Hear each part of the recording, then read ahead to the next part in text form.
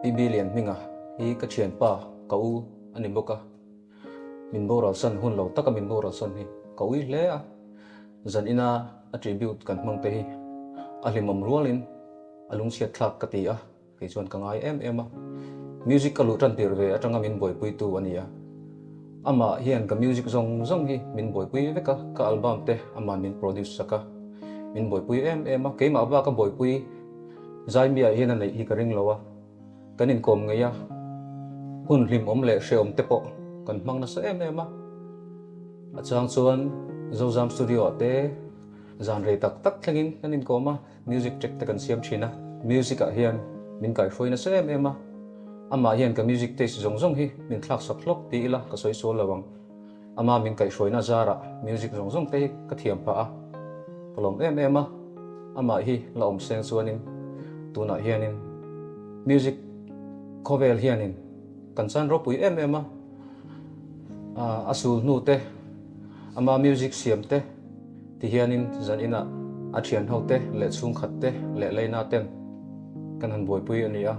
ama tel lawa hetianga hun kan mang te hi alung sia thlak ka te a ama ro chu thlamuang takin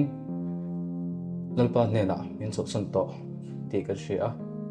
chumi ka sia rual chuanin kalom le thina ama kan ngai hi kan bang don lo ani ulian minga kan ngai em che zanin yen itharawin min tel puyang ti kan ringa nangma tel lawa hun kan mang hi a she om kan ti a thamuang takin nang chuan min so san to a kan ui em che i thian te hian i tel lawa hun man so zel hi a she om kan ti a zan ina itan nangma music siam nge di len moi ti chu itan karom sa don dia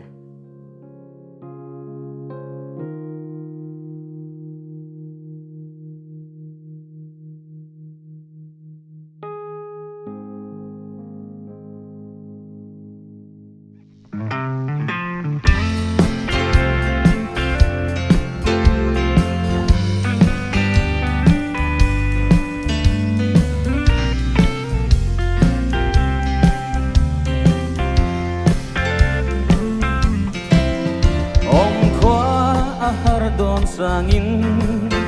tin lai adam thei si lo chung kwanu zara kan san ren su itin lai hal tu mai ni mo don mang mo mai khleng po in lung lai adam thei si lo min ti riang thon mai tu rengan gặp tôn sẽ phú lỗ lên môi ô lê bằng tra cất thín lại không tư bê mua chữ liang rồi dương ngài được cho đi càng yêu lúc sẽ ô bát đê con đài riau dâng khen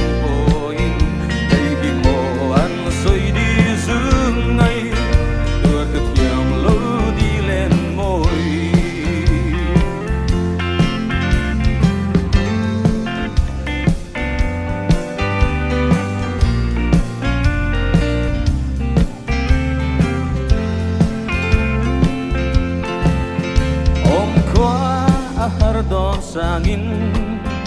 tin lai adam thei si lo tin kwanu zara kan san ren chu itin lai how do mai ni mo don man mo mai khen bo in lung lai adam thei si lo